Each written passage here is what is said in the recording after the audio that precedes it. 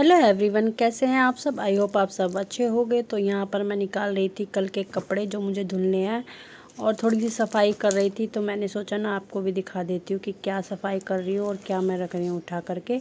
और ये कुछ ऑर्गेनाइज़र मैंने मंगा रखे हैं तो वो भी आपको दिखाने हैं मुझे। अभी रखे हुए हैं वो। और यहाँ पर कर लेते हैं सफाई। और ये ज्वेलरी वगैरह मैंने निकाल के रख दी थी ना, तो इनको भी अपनी ऑर्गेनाइज़ करके रख देते हैं। और मैं दिखाऊंगी कि मैं अपनी ज्वेलरी को कैसे ऑर्गेनाइज़ करती हूँ, कैसे चूड़ियों को ऑर्गेनाइज़ करके रखती हूँ। और यहाँ से साफ़ कर देते हैं। रात को लेट से आए थे ना, तो इस वजह से सारा निकाल के मैंने ऐसे ही रख दिया था। और ये 20 रुपये कपड़े धोते वक्त मिले थे मुझे, तो गीले हो गए थे तो मैंने यहाँ पे सुखा दिए हैं ये। और बस साड़ी और ये वगैरह ये चीज़ें जो भी निकली हुई हैं वो निकाल रख देते हैं उठा करके। और चादर मैंने निकाल दी थी धोने के लिए, अभी सारे में फैला हुआ है ऐसे ही। तो मैंने सोचा अगर इनको उठा के रख ही रही हूँ तो वो आपको दिखा देती हूँ कि मुझे कल क्या मिला था।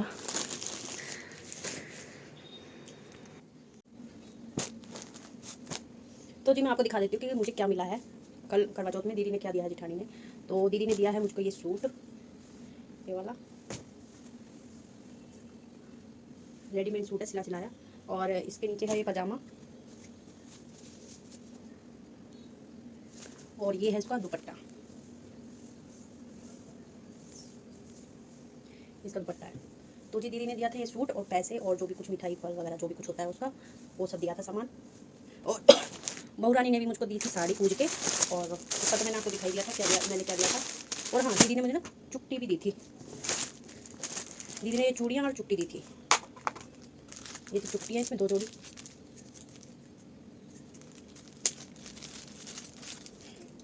ये वाली चुट्टियाँ और ये वाली चूड़ियाँ।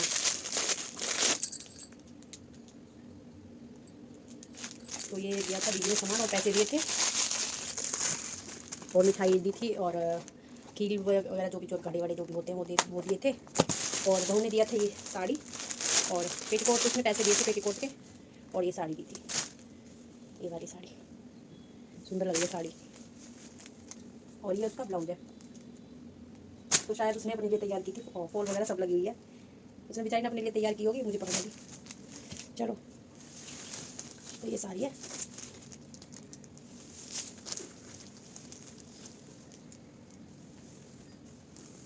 तैयार हुई आई मिल गई मुझे, तो ब्लाउज सिलना है बस।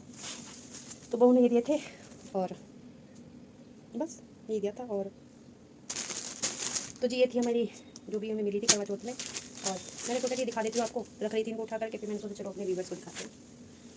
और कमेंट में बताइएगा कैसी लगी आपको मेरी ये साड़ी और सूट।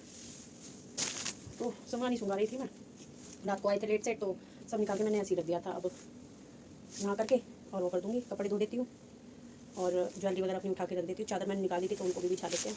तो कर लेते हैं काम। और अब आगे आपको दिवाली के ब्लॉग मिलेंगे देखने के लिए।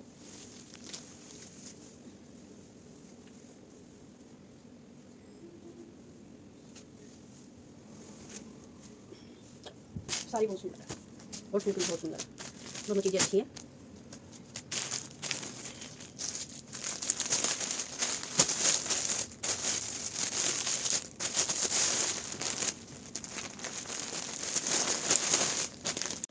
तो ये जो चूड़ियाँ दीदी ने दी थी ना, इनको मैं बॉक्स में करके रख रही हूँ एक साथ ही, क्योंकि फिर इधर उधर डिब्बा रखा जाता है ना, तो याद नहीं रहती है कहाँ पे रखी हुई है और टाइम पे फिर मिलती नहीं है। तो इसमें ही थोड़ा एडजस्ट करके चूड़ियों को इसमें रख दूँगी मैं। और ऐसे मैंने 4 डिब्बे मंगा रखे हैं चूड़ियों के। और मेरी ना कुछ इधर उधर भी पड़ी हुई हैं, एक तो जगह नहीं है, एक डिब्बा और मंगाना पड़ेगा मुझे जब जाके मेरी चूड़ियाँ पूरी आएंगी इसमें। और ये जो पीली वाली चूड़ियाँ हैं ना, ये निकाल देती हूँ। ये बहुत पुरानी चूड़ियाँ हैं मेरी, यानी शादी के टाइम से 1-2 साल बाद ही मैंने ली थी ये चूड़ियाँ। और इनका ना कलर निकल गया, वो ऊपर का जो मीना होता है ना वो निकल गया, तो ये प्लेन हो गई हैं बिल्कुल। तो वो भी मैंने रख रखी थी ठाके, पर अब इसको देखती हूँ DIY में यूज़ कर लेंगे। और ये वाली चूड़ियाँ मैं इसमें लगा दूँगी तो मेरा फुल हो जाएगा ये बिल्कुल।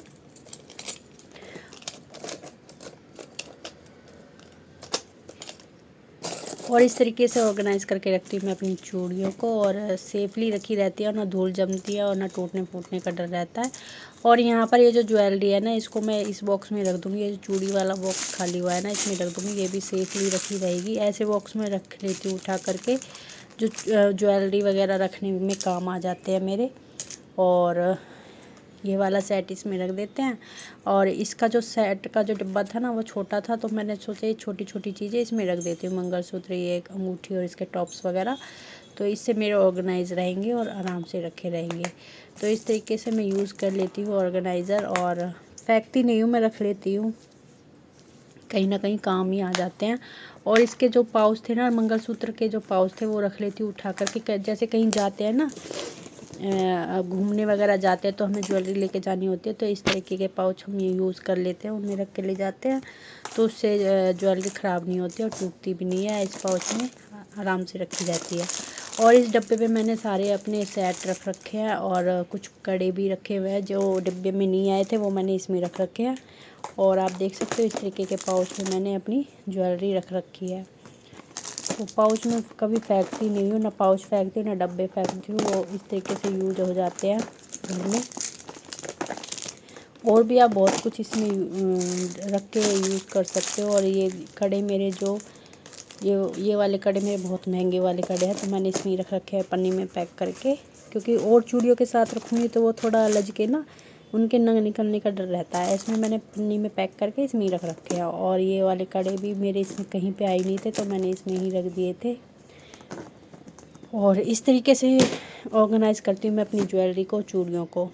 फिर यहाँ पर ये जो मैंने एक्सटेंशन लगाए थे बालों का, जूड़े में लगाया था मैंने ये, तो इसको भी रख देते हैं। तो ये जो थैलियाँ रखी हुई हैं ना मेरे पास रखी हैं काफ़ी, तो ये इनका यूज़ करूँगी मैं इस तरीके से। ये थैलियाँ दिवाली पे ही आई थी, तो वो मैंने रख ली थी उठा करके, और इस तरीके से यूज़ हो जाएंगे हमारे। फिर मैं आई थी किचन में, तो आपको मैं एक टिप देती हूँ, ये भी मैंने यूट्यूब पे से देखी थी। तो ये जो हमारे मसाले के डिब्बे होते हैं ना, खुले हर घर में होते होंगे मेरे हिसाब से, एक दो तो पड़ा ही रहता होगा खुला। तो आप इस तरीके से साइड से इनके छोटे वाले जो ये होते हैं ना, इनको काट दो। और फिर इनको बंद करने के लिए ना मैं एक ट्रिक देखी थी मैंने यूट्यूब पे, इस तरीके से आप जो अंदर का पैकेट होता है ना उसको इसके नीचे दाब दो जो खुला हुआ है, और इसको साइड से इस तरीके से फोल्ड करके, दोनों साइड से फोल्ड करके, और ये जो हमारा ऊपर का ये रह रहा है ना इसका ढक्कन सा, इसको फोल्ड करके अंदर डाल देंगे। तो इसके उससे ना आपका ये पैकेट बंद हो जाएगा, और ना कीड़े मकोड़े घुसने का डर रहेगा और ना खिंडने का डर रहेगा मसाला। आप देख सकते हो, मैं उल्टा करके भी दिखाऊंगी, बिल्कुल भी नहीं खिंडेगा और अच्छे से पैक हो जाता है और नया सा लगता है। बिल्कुल ऐसा नहीं लगता है कि पुराना खुला हुआ डब्बा है हमारा। ये देखो आप, बिल्कुल भी नहीं खिंडेगा और सेफली रखा रहेगा। और जैसे हम चिमटी वगैरह ये लगा के रखते हैं ना, उसकी भी ज़रूरत नहीं पड़ेगी लगाने की।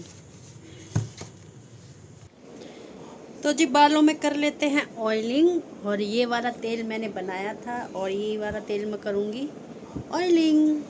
तो जी इस तेल को लगाते लगाते मुझे 15 दिन हो गए हैं, और इसका रिज़ल्ट बहुत अच्छा आया है, बहुत अच्छा मैं कह सकती हूँ। क्योंकि मेरे बाल जो रफ़ दिखते थे, इधर उधर उल्टे सीधे रहते थे ना, और जो कि वो होता रहता था कि मेरे फ्रिजी से हेयर रहते थे, तो इस तेल ने बहुत कंट्रोल कर दिया है मेरे बालों पर, और सिल्की से हो गए हैं मेरे बाल, और टूटना भी बहुत कम हो गए हैं। तो जी यहाँ पर मैंने लगाई थी सुबह मेहंदी, और मैंने अब मेहंदी धो लिया, तो बाल भी मेरे सूख चुके हैं, और इनको मैं कर लूँगी ऑयलिंग, क्योंकि ऑयल करना बहुत ज़रूरी होता है मेहंदी के बाद। मेहंदी लगाने के बाद ना बाल रूखे सूखे और वैसे हो जाते हैं, ड्रायर से हो जाते हैं, तो इसलिए हमें वो लगाना, ऑयल करना बहुत ज़रूरी होता है। और बहुत हल्के हाथों से हम ऑयलिंग करेंगे। और आप देख सकते हो मेरी मांग जो ज़्यादा खुली हुई थी ना, अब थोड़ी कम सी होने लगी है, और यहाँ पे भी गंजापन सा था वो भी थोड़ा थोड़ा फिल हो चुका है। तो 15 दिन में ये रिज़ल्ट आया है इसका। और मैं एक सीरम भी लगाती हूँ, तो वो भी मैं आपको बताऊँगी। अगर आप कमेंट में पूछोगे ना तो ही मैं बताऊँगी, नहीं मैं नहीं बताऊँगी। और इस ऑयल का जो रेसिपी है वो भी जब ही बताऊँगी। अगर कमेंट मुझे 2-3 कमेंट भी आ गए ना, तो भी मैं इसकी रेसिपी बता दूँगी आपको। और इससे ना मेरे बालों की लेंथ भी बढ़ गई है, एक बार रुक गई थी मेरी बालों की लेंथ, और यहाँ पर मैंने ना रिबॉन्डिंग कराई थी कम से कम 6-7 साल पहले। तो मेरे बाल बिल्कुल ख़त्म हो गए थे। पहले मेरे बाल बहुत लंबे और मोटे घने थे, इसलिए मैंने रिबॉन्डिंग करा ली थी सीधे करने के लिए। अब उससे क्या दिक्कत हुई कि मेरे बाल झड़ने लगे, बहुत ज़्यादा झड़ गए थे और ख़त्म से ही हो गए थे मतलब कि। तो फिर मैंने ना थोड़ा ट्रीटमेंट कराया था बालों का, और ट्रीटमेंट भी लिया था। और फिर मैंने 2-3 साल तक, यानी मुझे 5-6 साल हो गए हैं ट्रीटमेंट लिए, और 4-5 साल। तो उसके बाद फिर मैंने अब 1-2 साल पहले मैंने आदिवासी हेयर ऑयल यूज़ किया, तो उससे मुझे रिज़ल्ट अच्छा मिला था। लेकिन बाल आ जाते थे, गिर जाते थे, आ जाते थे, गिर जाते थे, वो वाला हाल हो रहा था। कुछ तो मेरे खाने पीने का भी वो था, तो उससे भी मेरे बालों में थोड़ी सी वो हो गई थी। और फिर मैं केयर भी नहीं कर पा रही थी बालों की। एक तो बीच में मेरी तबीयत बहुत ज़्यादा ख़राब हो गई थी, तो इस वजह से केयर नहीं हो पा रही थी बालों की। पर अब मैंने ठान लिया है कि मुझे अपने बाल पहले जैसे ही करने हैं जैसे मेरे बाल पहले थे। तो इस रेमेडी से ना, जो मैंने ये तेल बनाया है, इससे मेरे बालों में बहुत फ़र्क पड़ा है। अपने हिसाब, मैं कह दूँ अपने हिसाब से बहुत फ़र्क पड़ा है। ये मेरे पतले हो गए थे ना बाल, ये भी थोड़े से, मैं भगवान की कृपा से कह रही हूँ, बहुत अच्छे बाल हो गए हैं मेरे। और ये इतने बाल, 1-2 बाल तो वो तो नॉर्मल बात है, टूटते ही हैं। और वैसे मेरे जो पहले झड़ रहे थे ना, कंघा मारते ही सारे बाल निकल के बाहर आ जाते थे, वो वाला हाल नहीं है अब। और सीरम भी लगाया था आज मैंने सुबह, और वही सीरम मैंने मेहंदी में डाल के जब मेहंदी लगाई थी। तो अगर आपको सीरम की भी रेसिपी चाहिए हो तो बता देना, मैं आपको ज़रूर शेयर करूँगी, और ऑयल की भी। तो यह गाइस बहुत अच्छा तेल है, आप प्लीज़ ट्रस्ट करके देखिए। मैं सोच रही हूँ ना, अगर जिसको रिबॉन्डिंग या स्मूथनिंग या केराटिन इनसे कोई प्रॉब्लम हुई है, तो आप प्लीज़ ये चीज़ इस्तेमाल करके देखो। 3-4 साल तो मैं भी बहुत ज़्यादा परेशान रही थी, मैंने हर तरीके की यूज़ कर ली थी चीज़ें, पर मेरी ठीक नहीं हो पा रही थी। और मेरे बाल ना सुनहरे से भी हो गए थे बहुत ज़्यादा। मैंने बीच में कलरिंग, यानी जब मैंने केराटिन से पहले ना कलरिंग भी करा ली थी अपने बालों में, तो उससे भी मेरे बहुत डैमेज हुए थे बाल। लेकिन अब मैं होम रेमेडी ही करती हूँ अपने बालों पे। तो घर की ही चीज़ें यूज़ करके मैंने ऑयल बनाया है, सीरम बनाया है। अगर आपको उसकी रेसिपी चाहिए हो तो प्लीज़ कमेंट ज़रूर कीजिएगा। और आप देख सकते हो मेरे बालों की लेंथ भी काफ़ी बढ़ गई है पहले से। एक बार तो मैं डर गई थी कि मैं गंजी ना हो जाऊं, पर भगवान की कृपा है कि मुझ पे ऐसा तेल बनाना आ गया। क्योंकि आदिवासी हेयर ऑयल डाला था ना, तो उसमें तो वो 108 कितनी जड़ी बूटियाँ बता रहे थे, पर मैंने बस 7 या 8 जड़ी बूटियाँ इसमें डाली हैं। और जो हमारे घर में मिल जाती हैं, जो आसपास के एरिया में मिल जाती हैं, वही चीज़ें मैंने डाली है इसमें। और आपको मैं ज़रूर बताऊंगी इस रेमेडी को। प्लीज़ मुझे कमेंट कीजिएगा, और मैं आपको ज़रूर बताऊंगी अगर आपको फ़ायदा लेना है तो। और नहीं लेना है तो कोई बात नहीं भैया, हम तो हैं ही, अपने घर में लगा ही रहे हैं अपना। तो बस इसमें ना आपको उसका वो भी मिलेगा, ये देखो। तो बहुत अच्छा तेल बन के रेडी हुआ था ये मेरा। और अगर आपको इसकी रेमेडी पूछनी हो तो प्लीज़ कमेंट ज़रूर कीजिएगा मुझको, मैं ज़रूर बताऊंगी। और आपको ज़रूर फ़र्क पड़ेगा इसका, क्या आपको ये ज़रूर फ़र्क देगा बस। और जो मैंने इसमें डाला थी ना जड़ी बूटियाँ, वो सब हमारे आसपास ही मिल जाती हैं, दूर नहीं जाना पड़ता है ना। ऐसी जड़ी बूटी बताऊँगी कि आपको कहीं मिलेगी ही नहीं, बस घर की है। 7-8 जड़ी बूटियाँ हैं बस, और कुछ नहीं है। और सब घर का ही घर पे ही, आधा सामान तो घर पे ही मिल जाएगा। तो अगर रेसिपी जाननी हो तो प्लीज़ मुझे कमेंट में ज़रूर बताइएगा। तो जी हमारी चुटिया हो चुकी है, और मेरी चुटिया में बहुत फ़र्क पड़ा है। पहले तो ख़त्म ही हो गए थे इतनी, ये जो नीचे बन रही है ना चुटिया, ये यहाँ पे आ गई थी मेरी। तो भगवान की कृपा से मेरे बाल वापस आ रहे हैं धीरे धीरे। अगर मैं केयर करूँगी तो और अच्छे से आ जाएंगे। और आप वीडियो देखते रहते हो तो आपको पता ही लग जाएगा मेरे बालों में फ़र्क। तो ये थी आज की वीडियो। अगर वीडियो अच्छी लगे तो please like, comment and subscribe कीजिएगा मेरे चैनल को। और मिलते हैं नेक्स्ट व्लॉग में। Thanks for watching.